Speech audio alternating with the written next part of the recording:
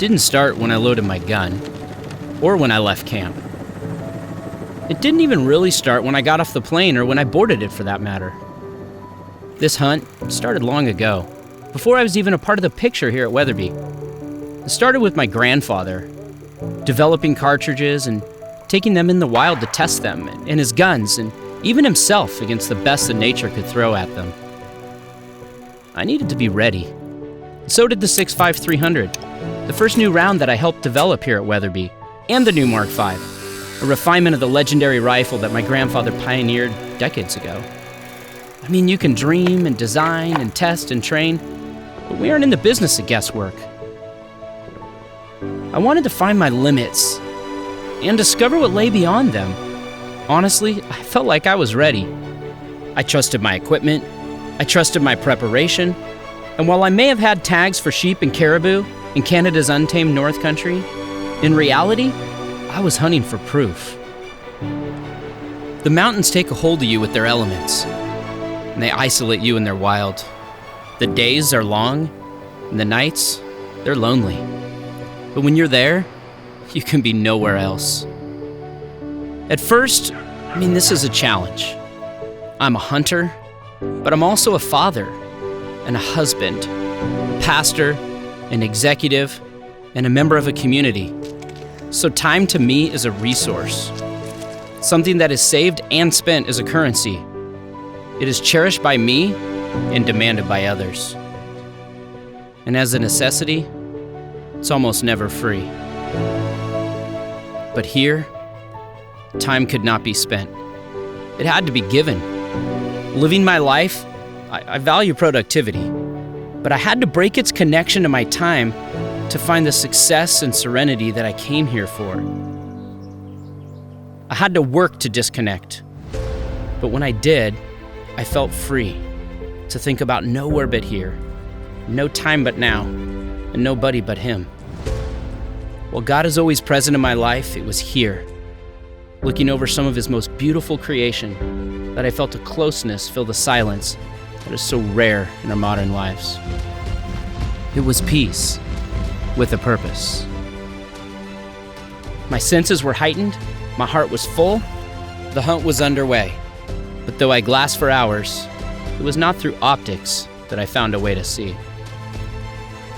I felt the burn in my lungs and the strain in my legs as my boots spent their tread on the sharp virgin rock that only hooves and paws had traveled before. I heard, but I was happy. Good things did not come to those unwilling to pay a price, and I was ready to spend whatever it took to settle my crosshairs on an animal here. With every step, my respect for the creatures that survived in this unforgiving world grew. It was evident that to scrape a life from these peaks and valleys, and to keep it from the teeth of the predators that shared these wilds, no ram or bull could reach maturity by chance alone. They were wary and scarce, but even once I found a bull I knew was right, I didn't know that I could bring myself to shoot it yet.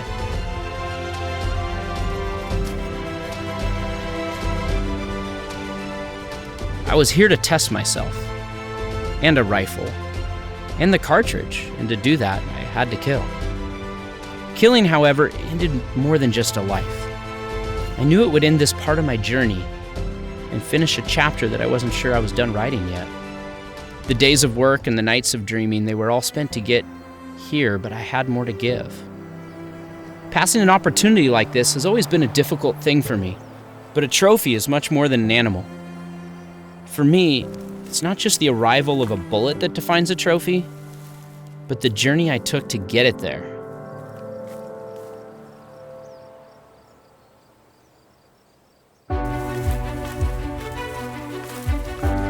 So moving on from that bull, I knew there was more to see, more to climb and glass. But as I left, I knew that if I found him again, I'd be ready.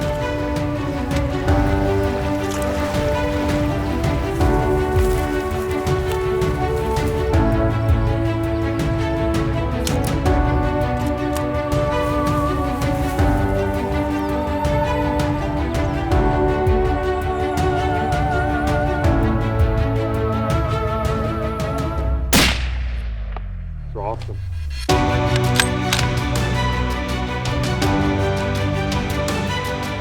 There are formulas to calculate ballistics, tests to showcase accuracy, and models to predict cardiovascular performance, endurance, and lactic acid buildup. But in all the world of science, there is nothing that can measure how this felt. Success. Not a success that can be quantified by anyone other than he who enjoys it, but one that is personal. The same success that was felt by my father before me and his father before him.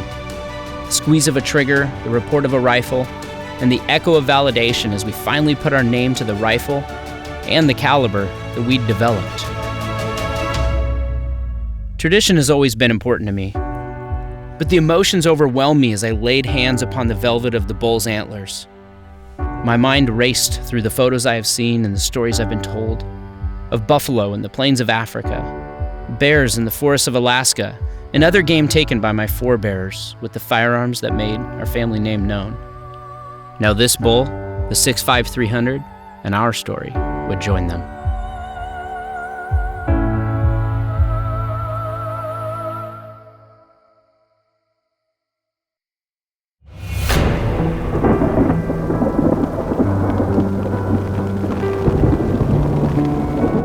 The rain lashed relentlessly down at the side of the mountain, and it felt as though it was trying to wash all life from the slopes. There was nowhere to hide, and although that was true for me, it was also true for the sheep. So I pressed on.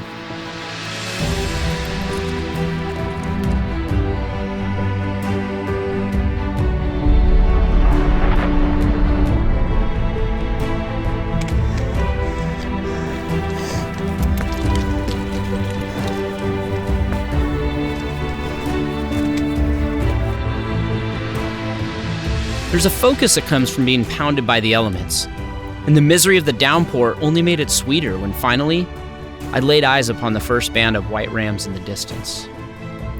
Even from afar, there's this self-awareness that these sheep have, a sense of royalty that is obvious even through water-spotted optics. I had long dreamt of laying my hands on the weathered curls of these lords of the north, but I felt it stronger now than ever.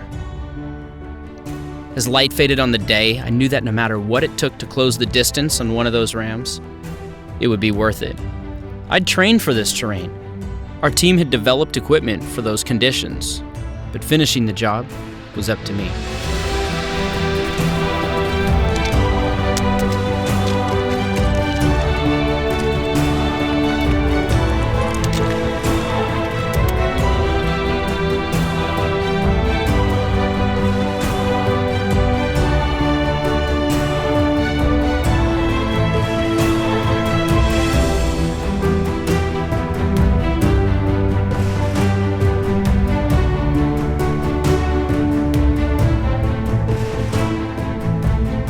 Never in my life had crosshairs shown up better than then. Months of anticipation suddenly leapt into focus, and I found myself steadying my breathing, trying to subdue my racing heart, and finally, squeezing the trigger.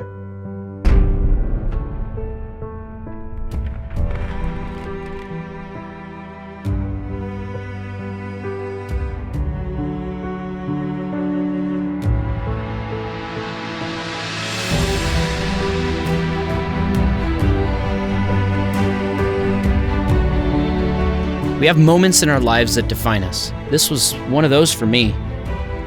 The world around us disappeared, and there was nothing but me and the ram. Much more than the horns and meat he carried, I finally recognized that this was my destination.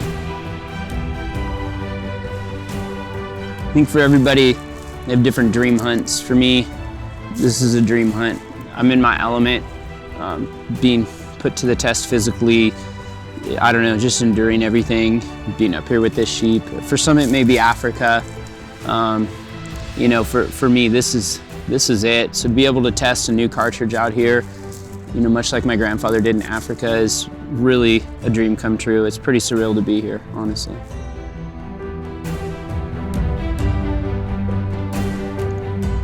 I traveled north in search of trial and adventure, and I left with a desire for more. The meat I bring back to my family, and the results I bring back to my company. But in exchange, I left a part of myself there to wander, in the rugged tranquility of His creation, forever witness to the miracles of God.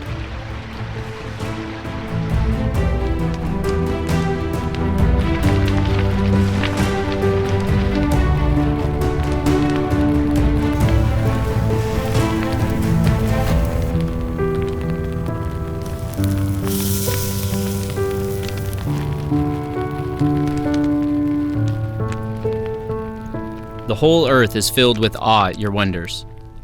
Where morning dawns, where evening fades, you call forth songs of joy. You are radiant with light, more majestic than mountains rich with game.